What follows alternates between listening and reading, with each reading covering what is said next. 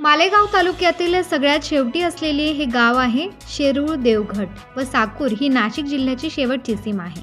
या भागातील रस्त्याची अवस्था अतिशय खराब झाली आहे। गेल्या मार्च महिन्यापासून पळसदारे ते शेरूळ या दोन्ही गावांच्या मध्ये हद्दीपासून सार्वजनिक बांधकाम विभागाकडून रस्त्याचे काम चालू होते, परंतु हे काम गेल्या 6 महिन्यांपासून बंद आहे।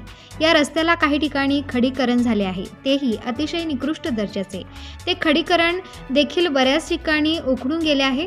रस्त्यावर पूर्ण खडीच खडी झाली आहे। अनेक वेळा या रस्त्यावर खड्यावरून घसरून मोटरसायकलचा अपघात झाला आहे। साकूर गावाजवळ तर गेल्या वर्षभरापासून खडी रस्त्यावर फक्त पसरवून ठेवली आहे, ना त्याच्यावर डांबरीकरण केले ना काही, ती तशीच पडून आहे। काही ठिकाणी तर फक्त रस्त्याच्या कडेला फक्त खडी टाकून ठेवली आहे, त्या ठिकाणाहून वाहन देखील पास होत नाही।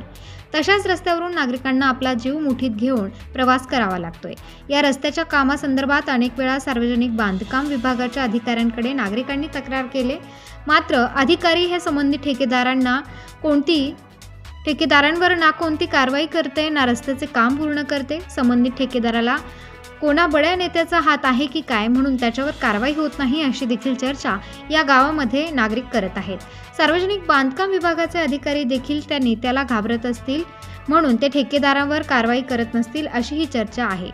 तरी सदरील रस्त्याचे काम लवकरात लवकर पूर्ण करावे, नाहीतर त्या ठेकेदारावर सार्वजनिक बांधकाम विभागाने कठोर अशी कारवाई करावी व या भागातील नागरिकांना न्याय मिळवून द्यावा, अशी मागणी नागरिकांकडून करण्यात येत आहे।